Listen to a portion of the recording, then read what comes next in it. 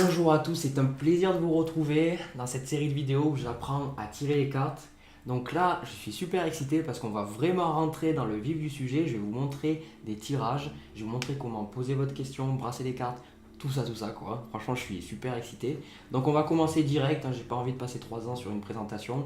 Alors déjà, quand vous voulez faire un tirage, vous devez avoir une idée claire de ce que vous voulez. Alors, c'est comme dans la vie, si vous demandez quelque chose de flou, vous allez avoir une réponse floue.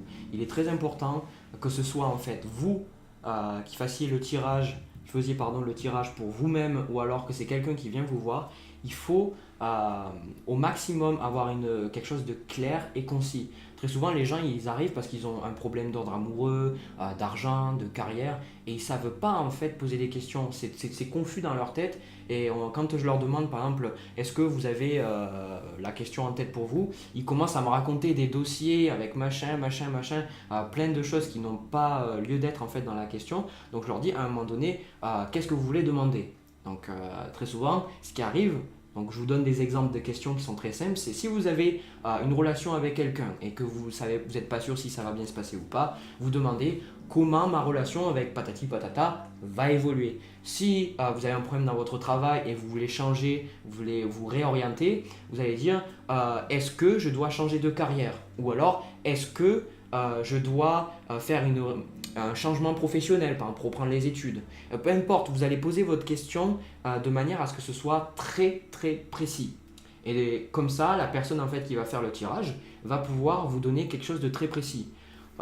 Honnêtement, moi j'ai reçu des personnes qui n'aiment pas, c'est-à-dire que poser des questions, ils me testent. Il y a aussi des personnes qui vont venir vous tester, et, elles veulent voir comment vous tirez les cartes, vont pas poser de questions. Très honnêtement, si vous débutez, c'est très compliqué, sans question, d'avoir des résultats. Donc n'ayez pas peur de forcer la personne à lui demandant quelle question à laquelle il veut que les cartes répondent, parce que sinon vous n'allez pas vous en sortir. Ensuite, quand vous devez brasser les cartes, alors c'est très important, là on a la phase visible. En fait, quand vous mélangez, il faut que vous ayez la face visible mais cachée. Par exemple, là, j'ai la face visible dans ma main. Je suis gaucher, je mélange de la main gauche.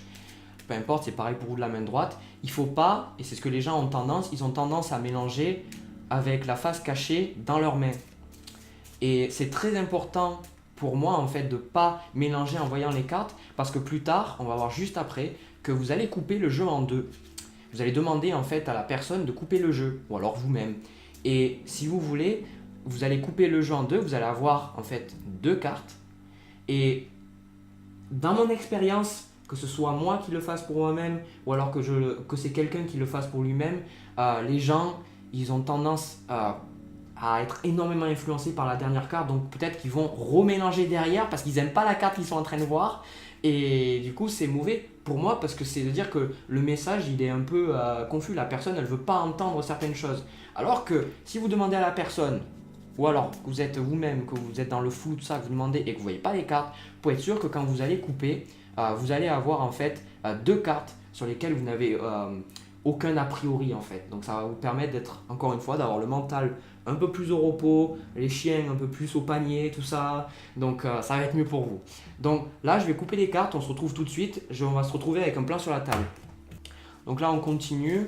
Alors on reprend là où on s'est arrêté. Donc on mélange les cartes, encore une fois, de manière à ne pas voir le visage des cartes. On mélange jusqu'à qu'on ait l'impression qu'il faille arrêter. Donc là, j'ai envie d'arrêter. Donc là, on pose les cartes et vous allez couper. Alors, il faut couper avec la main gauche. Pourquoi la main gauche? Parce qu'en fait, au niveau de la verticalité du corps humain, la main gauche, en fait, ça rapproche, ça ramène en fait au cerveau droit. C'est-à-dire le côté droit passe du côté gauche et le côté gauche passe du côté droit. Et le côté droit de votre cerveau, c'est ce qui est en rapport avec la créativité, votre imagination, l'aspect non rationnel des choses. Et l'aspect en fait du cerveau gauche, c'est beaucoup plus le rationnel, la logique, l'aspect cartésien des choses. Et dans notre société, dans notre quotidien, on est bien sûr beaucoup plus amené à utiliser notre cerveau gauche, plutôt que le cerveau droit. Mis à part si vous êtes artiste, et encore, on a énormément de choses à régler dans le monde humain qui est logique. Donc, si votre cerveau droit se finit dans la main gauche, je vous conseille de tirer avec la main gauche. C'est pour ça que beaucoup de voyants vont vous conseiller en fait de couper de la main gauche.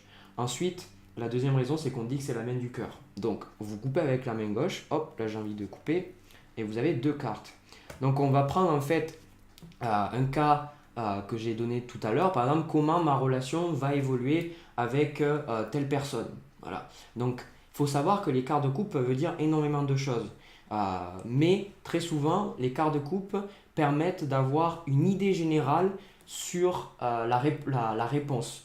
C'est-à-dire que là, je les montre, mais si vous faites un tirage à une personne, en général, il est bien de ne pas montrer les cartes de coupe. Il y a des gens aussi, des voyants, qui ne regardent pas les cartes de coupe, mais je pense que les cartes de coupe peuvent vous donner une idée générale en fait de la réponse. Alors quand vous regardez les cartes de coupe, là on va commencer, c'est-à-dire que prenez le temps de faire attention aux cartes, faites gaffe aux pensées qui viennent, regardez ce qui vient à votre esprit, que ce soit vos croyances, vos conditionnements, ce que vous pensiez quand vous étiez plus jeune, est-ce que ça vous rappelle peut-être cette femme-là, ça vous rappelle quelqu'un que vous connaissiez plus jeune, peut-être votre mère, peut-être, je ne sais pas, prenez le temps de regarder les couleurs, qu'est-ce que les couleurs est-ce que c'est quelque chose de positif, de négatif, et prenez bien ça en ligne de compte pour la suite du tirage.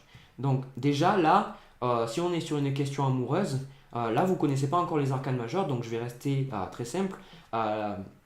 Donc The Empress, donc l'impératrice, si vous voulez, dans le jeu que j'ai là, elle signifie l'intelligence, la beauté, la création. Et à côté, on a la tempérance qui est, pour moi, c'est la carte, c'est mettre de l'eau dans son vin. Donc si la personne, elle vous pose une question amoureuse avec quelqu'un, déjà, on peut arriver à savoir que soit ça se passe un peu de manière, c'est un peu difficile, et que soit le consultant, soit la personne doit être capable de faire des concessions, ou alors on peut ajouter à ça que ça va recommencer bien dans la relation plus tard, ou ça peut dire aussi que l'impératrice apporte en fait peut-être, je sais pas moi, un enfant, ou alors que ça apporte justement une nouvelle personne. Ça peut dire tellement de choses, mais déjà là, vous avez beaucoup de choses. Donc ensuite, vous recoupez donc, votre jeu et vous l'étalez. Hop, là, je vais l'étaler. Hop. Ensuite, il est bien de regarder les cartes. Par la loi d'attraction, vous ne pouvez pas vous tromper. Que vous ayez conscience de les cartes que vous allez prendre ou non, vous ne pouvez pas vous tromper de cartes. Donc vous pouvez y aller comme vous voulez. En général, je trouve que c'est pas mal. Si vous regardez dans le jeu, vous allez voir des cartes qui vous appellent plus que d'autres. Par exemple, là, je ne sais pas pourquoi cette carte, elle m'appelle plus que les autres. Ensuite, donc on va prendre une autre. On va prendre celle-là. Et on va prendre celle-là. Donc là, on est sur un tirage à 3 cartes. C'est le premier. C'est tirage passé, présent et futur. Vous pouvez avoir une idée globale. Déjà avec ça, vous avez énormément à travailler. Les arcanes majeures, vous avez tellement de choses à dire. Donc, retournez les cartes. Je conseille de ne pas retourner toutes les cartes quand vous débutez au tout début, parce que d'avoir énormément de cartes, ça peut être compliqué de mélanger tout ce que vous avez. Concentrez-vous sur une carte à la fois. Après, vous pouvez faire ce que vous voulez. Alors là, déjà, vous avez le monde. Donc, dans le passé, on voit que c'est une personne où ça se passait bien, où elle avait des opportunités, où vraiment il y avait quelque chose de bien. Pour l'instant, hop, ensuite on a l'étoile. Donc l'étoile, ça se ramène à Vénus dans l'astrologie, c'est la bonne étoile, ça se passe bien. Donc par rapport à ce qu'on a eu dans les cartes de coupe, on avait déjà quelque chose de plutôt positif. Alors le fait que la personne, elle tire l'étoile, ça veut dire que pour l'instant, sa relation se passe bien. Et peut-être qu'elle peut avoir certains soucis, elle a besoin d'avoir un peu plus de confiance ou autre, mais ça se passe bien. Et ensuite, en carte de futur, on a l'empereur. Donc l'empereur, c'est quelqu'un de très stable, c'est quelqu'un qui est capable de voir les choses à long terme, quelqu'un aussi de rationnel. Et donc ça parle du futur. Donc déjà, là, on est sur une relation dans le passé, ça se passait bien. Dans le présent, ça se passe bien. Et dans le futur, on voit que c'est stable. Et en plus, dans les cartes de coupe, on a eu de bonnes cartes. En tout cas, moi, pour cet exemple-là, j'ai pris un exemple vraiment où j'ai imaginé que j'avais quelqu'un en face de moi. Donc, si la personne faisait une consultation, je peux voir que ça se passe bien. Voilà. Alors, ce qui est important, c'est que là, vous dites, ben oui, mais moi, je ne connais pas toutes ces choses. Comment je fais pour savoir? Alors, que vous ayez un tarot ou alors un oracle, peu importe ce que vous avez, la première chose pour développer votre intuition, c'est comme j'ai dit tout à l'heure, de bien regarder les cartes et de voir qu'est-ce qu'elles vous font ressortir. Ensuite, la deuxième chose, c'est de vous reporter en fait au livre que vous avez et de lire en fait qu'est-ce qui correspond aux cartes. Les arcanes majeures, comparé aux arcanes mineures, il y a énormément de choses à dire. Là, c'est mon intuition qui travaille, même si j'ai personne en face de moi. Donc, je sais qu'est-ce que je dois dire. Et sur les arcanes mineures, vous allez lire plein de choses et vous allez pouvoir voir qu'est-ce que vous pouvez prendre en fait dans la description de la carte. Quel état ça correspond l'étoile, quel état ça correspond l'empereur. Donc vous allez pouvoir faire la part des choses. Donc là, ça vous donne, en général, je conseillerais, quand vous voulez savoir comment les choses vont évoluer, de manière générale, si que vous le faites pour vous, c'est bien pour avoir une idée globale des choses. Si vous ne connaissez pas trop le consultant, ça peut être une bonne idée aussi pour savoir avoir un peu plus une idée globale de ce qui se passe dans la vie de la personne par rapport à sa question. Et par rapport à ça aussi, vous pouvez aussi le guider. Donc là, on va faire ensuite notre tirage. On va faire un tirage en croix. Le tirage en croix est super populaire. Il est très utilisé. Et franchement, je le trouve super bien. Par contre, il y a plein de versions. Vous allez voir que certaines cartes correspondent à certaines choses, certaines positions, pardon, correspondent à certaines choses. Je vais vous donner ce qui marche pour moi. La position des cartes, elle n'est pas très importante. Ce qu'il faut que vous soyez clair dans la disposition des cartes, c'est dire que cette carte, elle fait ça, ça et ça. Pour débuter, c'est le plus simple. Voilà, donc je vais mélanger. On va poser une question. Est-ce que je dois me reconvertir professionnellement? Voilà, donc la personne, elle mélange, tout ça. Hop, là, c'est bon, elle arrête. Donc déjà, moi, j'ai vu, hop, un tas, donc je mélange. Donc on a la lune et on a l'impératrice. Alors, la lune, ça correspond aussi dans l'astrologie aux émotions et plus au côté caché de nous-mêmes. C'est les mensonges qu'on a. Et sur la carte, je ne pense pas que vous puissiez voir, on a une écrevisse en fait qui monte et ça symbolise en fait on va dire les peurs, les cauchemars, en fait tout ce qui vous hante. Et si vous voulez, la lune, elle va vraiment mettre le contexte que la personne, elle est peut-être dans un certain état de peur. Elle n'arrive plus parce que quand la lune tombe, très souvent vous marchez dans la rue et puis vous voyez quelque chose, ça vous fait super peur. Et puis en fait, c'était quoi? C'était un sac poubelle. C'était un sac poubelle, bordel. Et le sac poubelle vous a fait peur. Et la lune, c'est pareil. La lune symbolise que quand la lumière de jour tombe et que vous voyez la lumière de la lune, vos peurs commencent à arriver. Ensuite, donc c'est pas forcément négatif. En tout cas, moi, je le sens que c'est pas très négatif. C'est pas forcément une carte négative parce que ça parle aussi de l'intuition. Alors, encore une fois, vous voyez là dans le processus que moi, je fais avec mon intuition.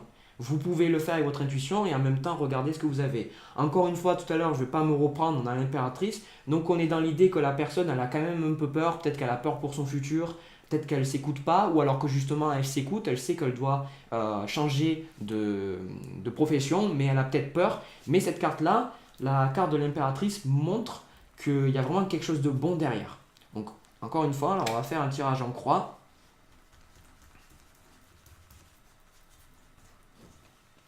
Alors la première carte va symboliser le consultant ou alors son attitude par rapport à la question, l'énergie qui est aux alentours. Donc si vous ne connaissez pas la personne, que c'est vraiment quelqu'un qui est étranger, avec cette carte-là, vous allez savoir comment la personne se ressent par rapport à la question ou alors qu'est-ce qui se passe un peu dans sa vie autour de ça.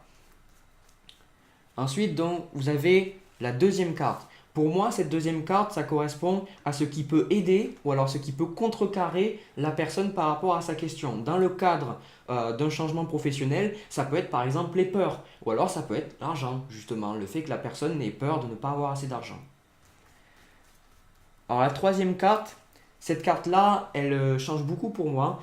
Mais de manière générale, cette carte, c'est l'environnement. C'est pas ce qui peut empêcher ou aider, c'est l'environnement. Ça peut être les proches, la famille, ça peut être aussi ce qui peut se développer ou non.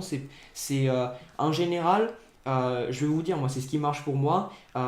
Cette carte-là, il faut vraiment la fusionner avec celle que vous avez là. Ensuite, on va prendre la quatrième carte. Et la quatrième carte, c'est la réponse.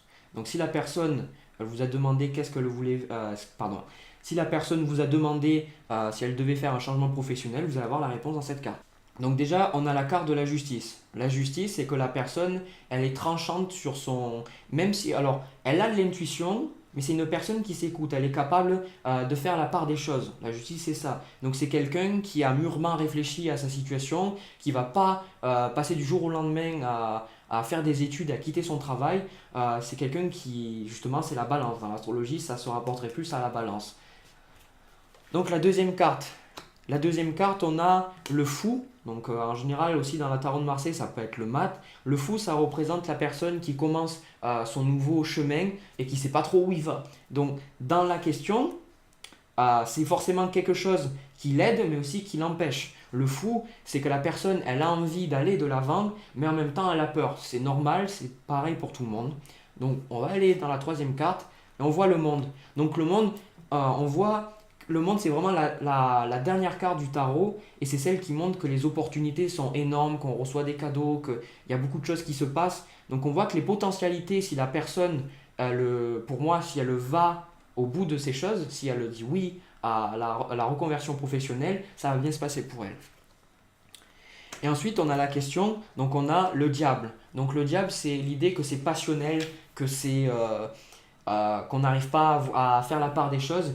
Et c'est très intéressant parce que justement, on a la justice. Et pour moi, la réponse d'avoir le diable, c'est que la personne, elle n'est pas capable d'arriver à garder son libre arbitre dans sa reconversion professionnelle. Donc, par rapport à tout ce que je vois, voilà, encore une fois, c'est une synthèse, c'est le fait que je vois tout ça. La personne, qu'elle le choisisse, oui ou non, de faire une reconversion professionnelle, ça va énormément la travailler. Et pour elle, qui est quelqu'un à toujours avoir les choses de manière soit c'est blanc, soit c'est noir, elle va avoir beaucoup de mal elle va patauger pendant un certain temps.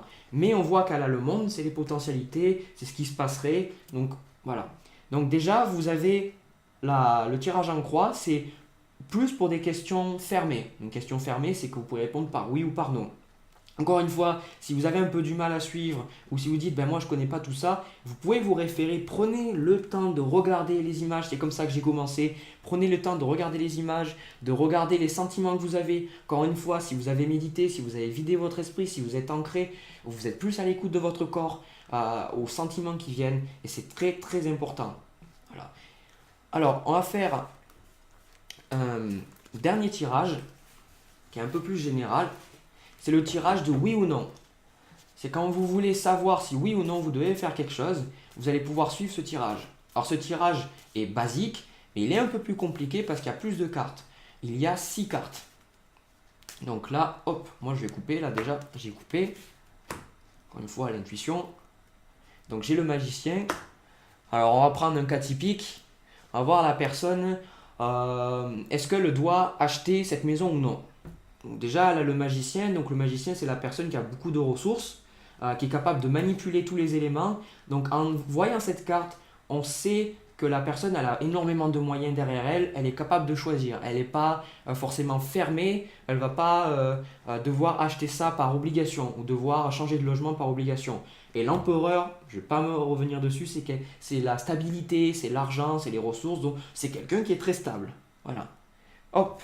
Donc là, vous avez déjà votre idée, donc vous voyez que c'est plutôt positif, mais comme le mental aime beaucoup savoir, comme le mental n'est jamais sûr, et qu'il veut toujours savoir, il veut toujours avoir des confirmations, en tout cas c'est le cas pour moi, on va faire un tas.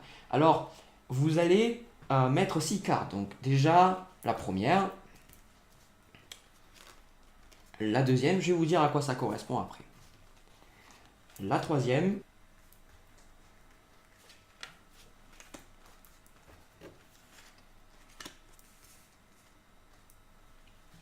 alors là, vous avez en fait le premier tas qui est oui et le premier tas qui est non. Alors, la première carte de chaque tas, comme d'habitude, très souvent, la première carte dans un tirage, c'est l'attitude de la personne par rapport au oui ou non. La deuxième carte, encore une fois, comme le tirage en croix, ça correspond à ce qui peut aider ou contrecarrer la personne. Ou alors, ça peut être la motivation aussi. Et la troisième carte, c'est la réponse. J'aime beaucoup utiliser ce tirage parce que contrairement au tirage en croix, on a vraiment ce qui peut se passer dans les deux cas, si on dit oui ou non. Donc si vous avez un peu moins confiance à vos capacités d'interprétation, ce tirage peut être mieux. Hop. Donc,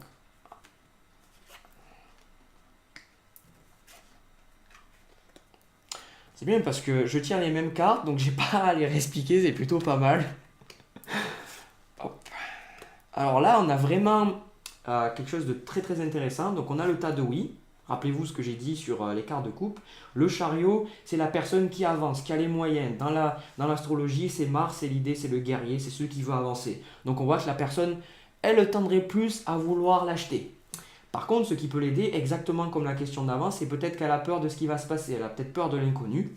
Et dans la troisième question, on voit que ça crée quelque chose de vraiment bien. C'est la nativité, ça, c'est la féminité pure, c'est le fait de créer quelque chose de bon. Donc vraiment, si la personne, elle dit oui, elle va l'acheter, elle va récolter beaucoup de choses. Pour la personne qui avait l'empereur en quart de coupe, ça va vraiment l'aider, ça se complémente très bien.